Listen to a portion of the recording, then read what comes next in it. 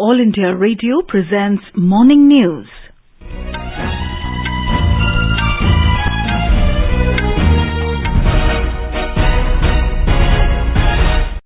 Good morning. I'm Sarabjit Kaur and with me is Subhadra Ramachandran. The headlines.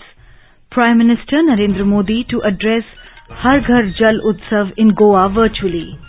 Goa becomes first Har Ghar Jal certified state and Dadra and Nagar Haveli and Daman and Diu the first union territory in the country. Union Home Minister Amit Shah urges states to give top priority to national security issues, asks Director Generals of Police to keep an eye on demographic changes in border areas of the country. External Affairs Minister S. Jaishankar says Quad is most prominent plurilateral platform to address contemporary challenges and opportunities in the Indo-Pacific. Labour and Employment Minister Bhupendra Yadav asks Employee State Insurance to expand its services in all 744 districts by December this year. Janmashtami, marking the birth of Lord Krishna, being celebrated in various parts of the country today. President, Vice President and Prime Minister greet people on this occasion. Maharashtra government announces financial assistance to Govindas suffering from serious injuries during the Dahi Handi festival. Dahi Handi to be recognized as adventure sport from next year. China witnesses extreme weather conditions, at least 17 people killed in flood. Damage to Zaporizhzhia nuclear plant in southern Ukraine will be suicidal, warns UN Secretary General. In Durand Cup football, Mumbai City FC beat Indian Navy by 4-1 in Kolkata. Norika FC beats Trau FC 3-1 in Imphal. And now the news in detail. Prime Minister Narendra Modi will virtually address the Har Ghar Jal Utsav at 10:30 a.m. today, which is being held in Goa under the Jal Jeevan Mission. Goa is the first state to achieve 100% Har Ghar Jal certification. In a tweet, Goa Chief Minister Dr. Pramod Sawant said, Union Jal Shakti Minister Gajendra Singh Shekhawat will be present in Goa on the occasion. Mr. Sawant said the QR code payment system for water bills will also be launched. Goa has become the first Har Ghar Jal certified state and Dadra and Nagar Haveli and Daman and Diu the first union territory in the country. In this state and UT, people from all the villages have declared their village as Har Ghar Jal through a resolution passed by the Gram Sabha. All 2,63,000 rural households of Goa and over 85,000 of Dadra and Nagar Haveli and Daman and Diu have access to safe drinking water through tap connection. Union Home Minister Amit Shah has asked the Director Generals of Police of border states to keep a watchful eye on the demographic changes taking place in border areas. Addressing the valedictory session of a two-day National Security Strategies NSS conference in New Delhi yesterday, Mr. Shah told the DGPs that it is their responsibility to bring down all technical and strategic information in their states, especially in the border districts. The Home Minister said all the states should give up top priority to the issues related to national security, for which all have to fight together in one direction and win at any cost. He said the country has achieved great success in eliminating the three issues in the form of terrorism in Jammu and Kashmir, various extremist groups in the northeast, and the left-wing extremism. He said under the leadership of Prime Minister Narendra Modi, the country enacted many new laws, increased coordination with states, increased budgetary allocation, and made optimum use of technology on this, highlighting that since becoming the Prime Minister, Mr. Modi has not only given a thrust to the internal security of the country, but has also strengthened the mechanism to face challenges. Mr. Shah added, he said a system has been developed for the first time in the country in the form of National Automatic Fingerprint Identification System. He also said it is not enough to catch just a consignment. It is very important to completely uproot the drugs network and get to the bottom of its source. The Home Minister informed that the central government is preparing a database of different types of crimes for the first time with a scientific approach. Union Home Ministry has clarified that neither Foreigners Regional Registration Office, FRRO Delhi, nor the ministry had given any proposal to shift Rohingya illegal foreigners into the economically weaker section EWS flats in Bakarwala area in Delhi. Sources said Union Minister of State for Home Affairs Ajay Kumar Mishra has written a letter to Delhi Deputy Chief Minister Manish Sisodia in this regard. It said when the news related to Rohingyas came into fore, the Home Ministry immediately wrote to the Delhi government not to shift such illegal foreigners to EWS flats. Mr. Mishra also said that the decision to shift Rohingya from Madanpur Khadar to Bakarwala EWS flats was of the Delhi government. He said the Home Ministry has written from time to Delhi as well as other state governments to identify illegal foreigners and their deportation as per law. Information and Broadcasting Minister Anurag Thakur yesterday came down heavily on the Delhi government over the issue of Rohingyas. Talking to reporters in New Delhi, Mr. Thakur said the city government had written a letter to provide flats to Rohingyas and illegal immigrants in the national capital. He alleged that Rohingyas who live in Delhi are illegal migrants and are being given free water, electricity and ration by the Arvind Kejriwal government. हम जब सत्ता में नहीं थे तब भी और आज सत्ता में है तब भी एक ही नीति राष्ट्र प्रथम, राष्ट्र सुरक्षा प्रथम, राष्ट्र की सुरक्षा को हम सबसे आगे लेकर चलते हैं। इंडिया फर्स्ट की नीति को लेकर चलते हैं। लेकिन कुछ लोग जो दिल्ली में अरविंद केजरीवाल जी जैसी लोग सरकार बनाते हैं, उनके लिए रोहिंग्या घुसपैठी प्राथमिकता हो जाती है। हमारे लिए राष्ट्रीय सुरक्षा आज भी प्राथमिकता है, आगे भी प्राथमिकता है।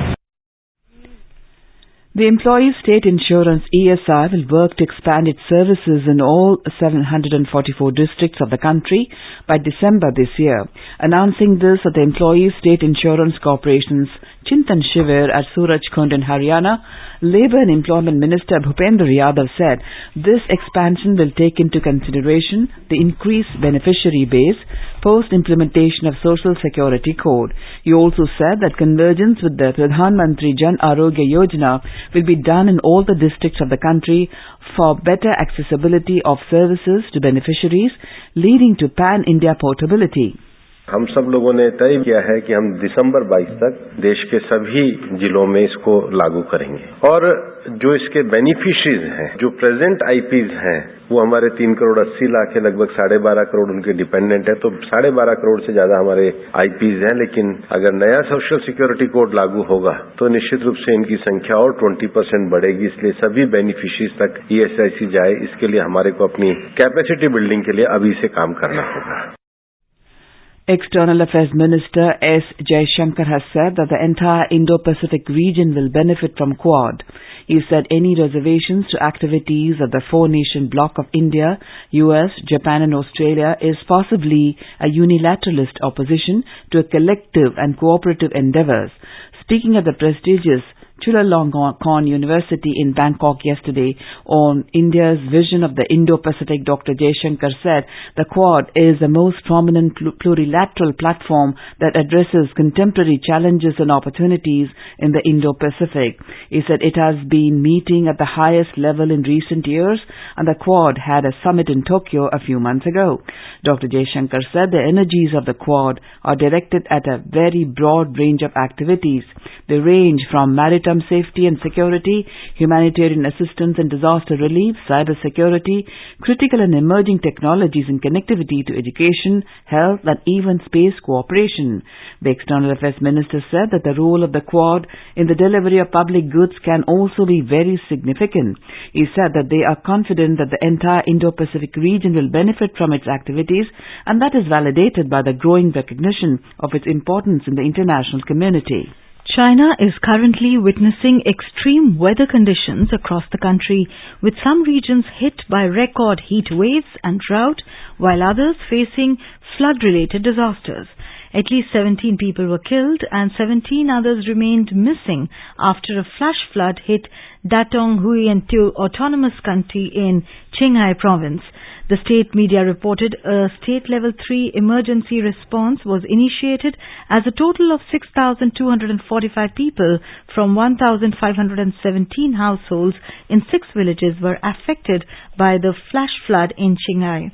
According to media reports, a temperature of 45 degrees Celsius was recorded in Chongqing after neighboring Sichuan province Chongqing is controlling power usage in the Liangjiang area, and others after extreme heat lead to a huge increase in the use of fans and air conditioners. UN Secretary General Antonio Guterres has said he is gravely concerned about fighting near the Zaporizhzhia nuclear plant in southern Ukraine. He made comments during a summit with Ukraine's President Volodymyr Zelensky and Turkish leader Recep Tayyip Erdogan in Lviv in western Ukraine. Mr. Guterres warned that any potential damage to Zaporizhzhia will be suicidal. Mr. Guterres said military equipment and personnel should be withdrawn from the plant. He said the facility must not be used as part of any military operation. Instead, agreement is urgently needed to re-establish Zaporizhzhia's purely civilian infrastructure and to ensure the safety of the area. Over the past 75 years since independence, India's largest public service broadcaster, All India Radio, has been the proverbial storyteller for the 1.3 billion citizens across the country. All India Radio is celebrating 75 years of freedom with the series Azad Bharat Ki Baat, Akashvani Ke Saath. It showcases the journey of India since independence in various walks of life through the storytelling of All India Radio.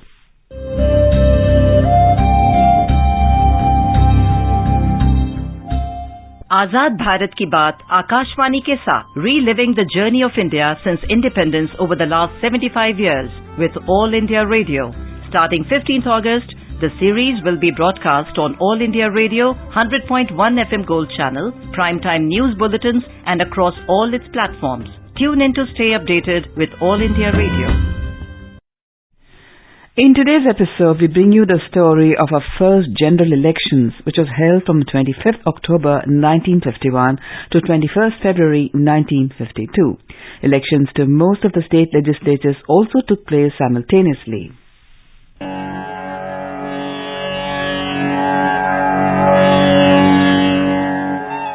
Preparing for the first general elections in independent India was a mammoth exercise. No election on this scale had ever been conducted in the world before. There were about 17 crore eligible voters who had to elect about 3,200 MLAs and 489 members of the Lok Sabha. Only 15% of these eligible voters were literate. Though the elected leaders of a free nation enjoy the confidence of their people, it is the people themselves, unknown and unsung, who weave and wear the fabric of democracy. What follows here is the record of such a people, the people of our nation who played a worthy, active part in a great experiment, the experiment of free India's first general elections. The Constitution granted voting rights to the entire population, including men and women. At that time, even many countries in Europe had not given voting rights to women. The aims and ideals that became reality on our attaining independence were well expressed through the Adult Franchise Clause, incorporated in our Constitution.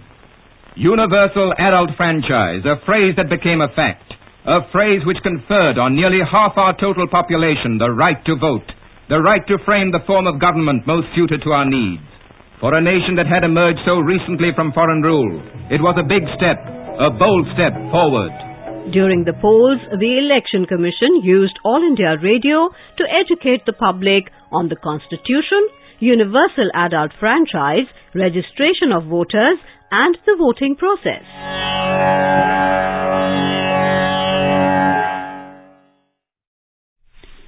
Azad Bharat Ki Baat, Akashvani Ke Saath can be accessed on @AIR News Alerts on Twitter, News on AIR official YouTube channel, News on AIR app, Facebook and Instagram handles. So friends, tune in to All India Radio News for Azad Bharat Ki Baat, Akashvani Ke Saath. You are listening to the morning news on All India Radio. A reminder of the headlines before we move on.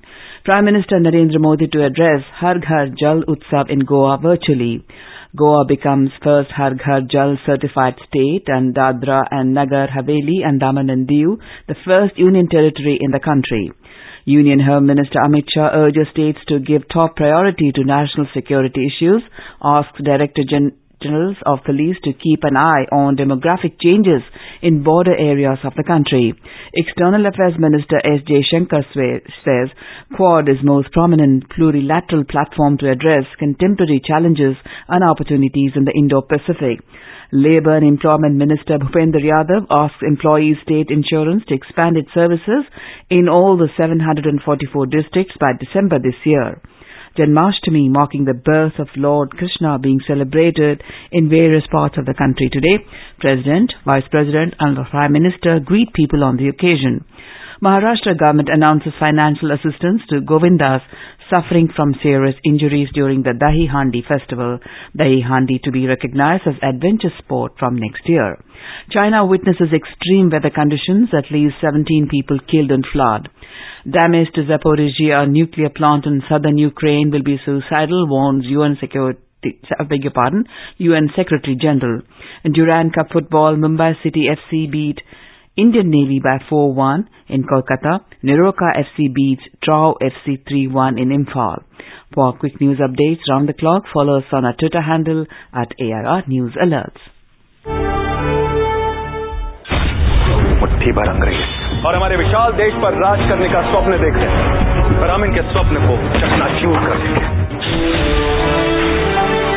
निकल पड़े स्वाधीनता के पथ वाले, स्वतंत्रता संग्राम की सुनी अनसुनी कहानियों के साथ स्वराज हर रविवार रात 9 बजे डीडी नेशनल पर। अपने बिजनेस को बढ़ाने के लिए लीजिए आकाशवाणी का सहयोग और दीजिए उसे बुलंदियों के पंख। आपका बिजनेस लोकल है या राष्ट्रीय, आकाशवाणी देती है उपभोक्ताओं तक पहुंचने का हर विकल्प। और अब तो आप घर, दफ्तर या दुकान पर बैठे बैठे कर सकते हैं आकाशवाणी के किसी भी केंद्र के लिए विज्ञापनों की बुकिंग। आकाशवाणी के विभिन्न चैनलों पर विज्ञापन देना सुलभ और सस्ता। बुकिंग है तो संपर्क करें 8700014242 पर। 8700014242। Welcome back to the morning news. Prime Minister Narendra Modi met former President Ram Nath Kovind in New Delhi yesterday. In a tweet, Mr. Modi said he had a wonderful interaction with the former President Mr. Kovind and his family. In Morning Matters, now let us listen to a discussion on Emergency Credit Line Guarantee Scheme for Tourism and Hospitality Sector. The participants are Dr. Subhash Goyal, Tourism and Hospitality Sector Expert, and Ruchika Chitravanshi, Journalist. The Union Cabinet on Wednesday has enhanced the corpus of sovereign guaranteed credit facility for small enterprises. Now, most of the benefit of this Emergency Credit Line Guarantee Scheme, also known as the ECLGS, will be for the hospitality sector. Dr. Goyal, can you explain us what exactly is this Emergency Credit Line Guarantee Scheme and what is the quantum of help that the sector can expect? During COVID, million people had lost their jobs. And the tour operators, the small transporters, tourist guides, they were really suffering very badly. Some tour operators have also gone bankrupt.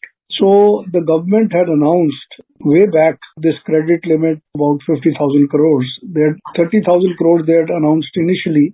It was like a sovereign guarantee so that the banks can give loans without any collaterals. But when we went to the banks, some of the banks were not aware. I think then the government directive came. It came a little late. So a lot of people were not able to utilize these loans because already there is no business. And if there is no business, on top of it, we take a loan. It is not an interest-free loan. Only thing is you don't have to give a collateral. And the loan was given to those people who were already availing of some bank limits.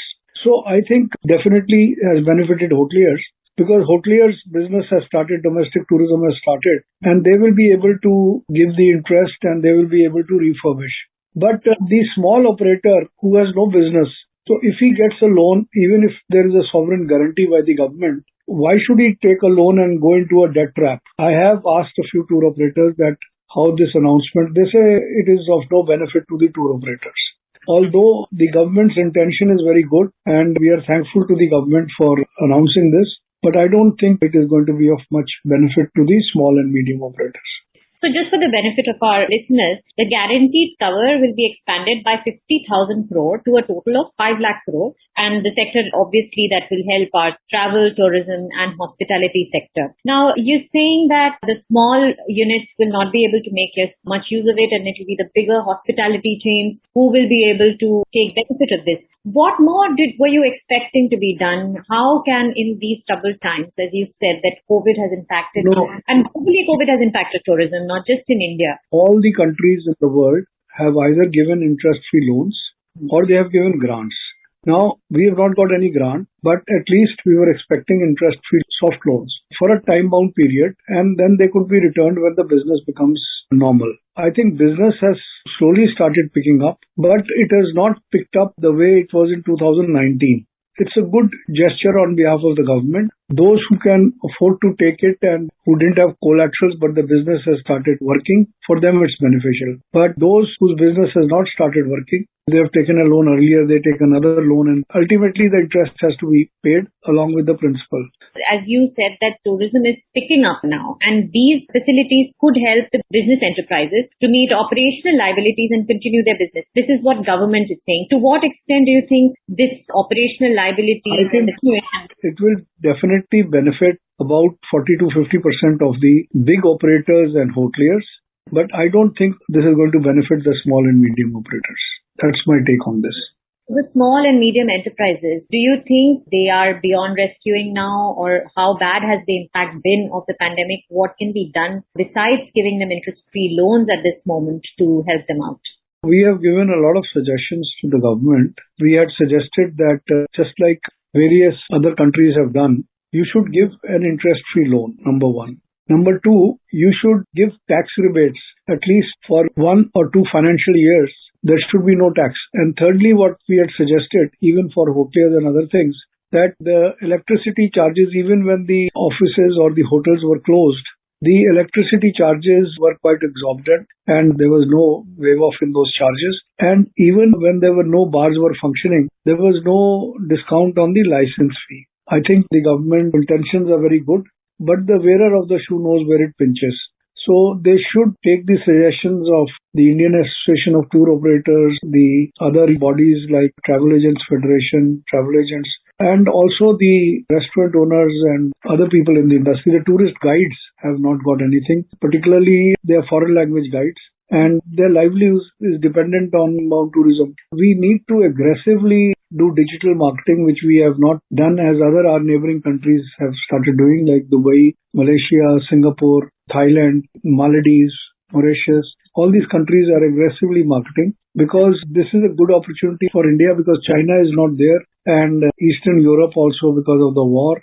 This is a very good opportunity. A lot of important points there by Dr. Goyal. There's a lot of expectations that tourism and hospitality industry still has from the government, whether it is the interest-free loans or that India take on the whole digital marketing of itself as a destination on a global stage much more seriously. And last but not the least, we have to learn to live with the pandemic. As Dr. Goyal pointed out, today there's COVID, tomorrow there can be more diseases. We have to be more prepared to handle them and make sure that they don't affect our economy as much.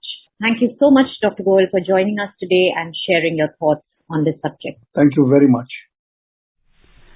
The Janmashtami festival, marking the birth of Lord Krishna, is being celebrated in various parts of the country today. Devotees are visiting temples to offer prayers to Lord Krishna. Mathura and Vrindavan in Uttar Pradesh are fully geared to celebrate the birth of Lord Krishna. Thousands of temples including Banke Bihari Temple, Prem Mandir, ISKCON Temple and Shri Krishna Janmabhoomi Temple have been tastefully decorated in Mathura, the birthplace of Lord Krishna. More from our correspondent. Hare Krishna, Krishna Krishna, Hare. Lakhs of devotees have already reached the Krishna Nagari, Mathura and Vrindavan to take part in Janmashtami celebrations. Temples are adorned with flowers and beautiful lightings.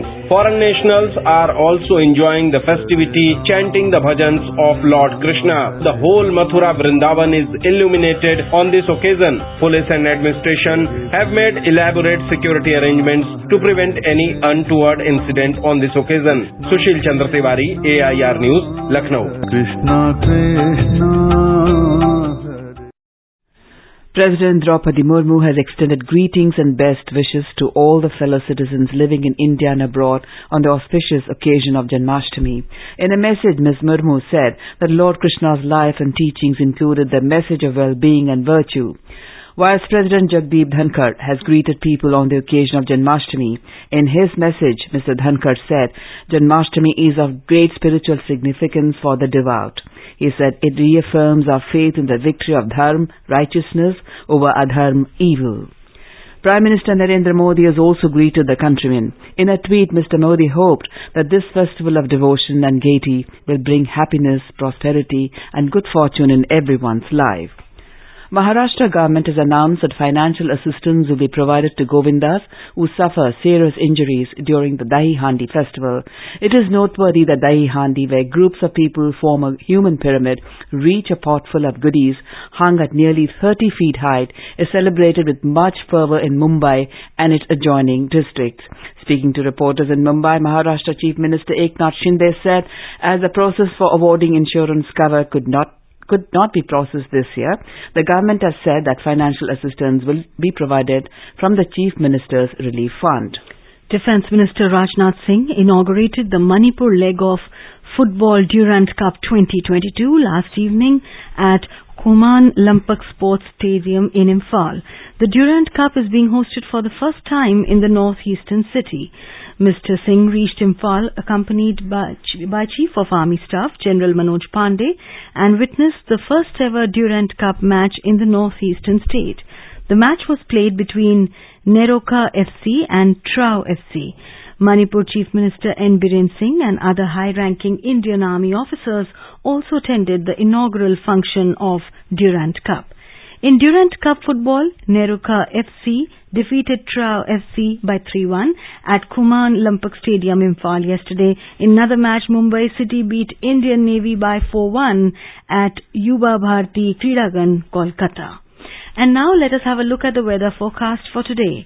The national capital Delhi will have generally cloudy sky. The minimum temperature was 26 degrees and the maximum will be around 35 degrees Celsius. Mumbai will have generally cloudy sky with light rain. Chennai will have generally cloudy sky with moderate rain. Kolkata will have generally cloudy sky with few spells of rain or thunder showers. Srinagar will have partly cloudy sky and Jammu may have thunderstorm with rain. Leh may have partly cloudy sky and Gilgit will have generally cloudy sky. Muzaffarabad will have partly cloudy sky with possibility of rain or thunderstorm or dust storm. And now an overview of today's newspapers. India pushes makers for bivalent COVID vaccines is the most prominent headline in the Hindustan Times. Eye on China, Jaishankar says Quad will benefit Indo-Pacific, writes the Indian Express. The Asian Age headline, high alert sounded as a boat with AK-47s found near Mumbai coast. RBI paper wants gradual privatization of banks, headlines of Financial Express. India's organ recipients, donors, winning medals at transplant games is a celebration of life, states the Times of India. With India grappling with reality of the FIFA ban of the All India Football Federation, SC orders status quo on move to put panel in change of IOA, informs the Hindu. And finally, once again from packed food is back to freshly cooked food. Relish aloo puri at railway stations again, writes a Pioneer. And now, before we end the bulletin, the headlines once again. Prime Minister Narendra Modi to address Har Ghar Jal Utsav in Goa virtually. Goa becomes first Har Ghar Jal certified state and Dadra and Nagar Haveli and Daman and Diu the first union territory in the country. Union Home Minister Amit Shah urges states to give top priority to national security issues. Asks Director Generals of Police to keep an eye on demographic changes in border areas of the country. External Affairs Minister S. Jaishankar says Quad is most prominent plurilateral platform to address contemporary challenges and opportunities in the Indo-Pacific. Labour and Employment Minister Bhupendra Yadav asks Employee State Insurance to expand its services in all 744 districts by December this year. Janmashtami, marking the birth of Lord Krishna, being celebrated in various parts of the country today. President, Vice President and Prime Minister greet people on this occasion. Maharashtra government announces financial assistance to Govindas suffering from serious injuries during the Dahi Handi festival. Dahi Handi to be recognized as adventure sport from next year. Damage to Zaporizhzhia nuclear plant in southern Ukraine will be suicidal, warns UN Secretary General. In Durant Cup football, Mumbai FC beat Indian Navy by 4-1 in Kolkata. And with that we end the morning news. Have a nice day.